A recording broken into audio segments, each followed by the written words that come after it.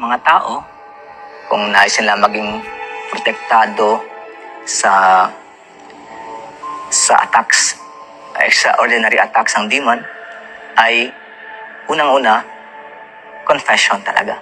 Isama sa confession yung sila ay nagsisi na nagpunta sila ng albularyo, spiritista, o nag-consult ng palm reading, o tarot card, o mga spirit of the glass, horoscope, iba't ibang klaseng occult na pinagsisihan nila at nagbalik loob na sa Diyos.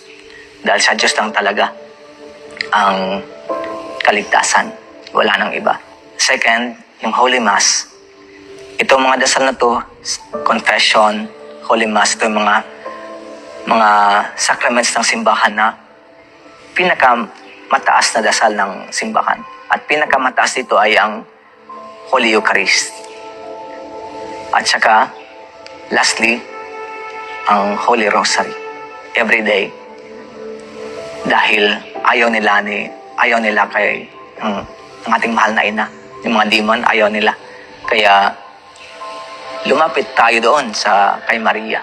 Sa mga pari naman, na huwag matakot dahil lahat ng pari ay may office na tinatawag na minor exorcism.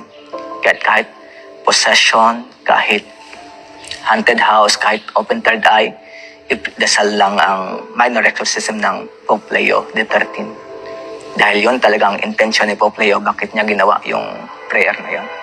Dahil sa kanyang dream, nakita niya na na-unleash ang hell at lumabas yung mga demon doon mula sa hell. Kaya ang attack, simbahan. Kaya sinasabi naman ni Jesus, even the gates of hell shall not prevail against it.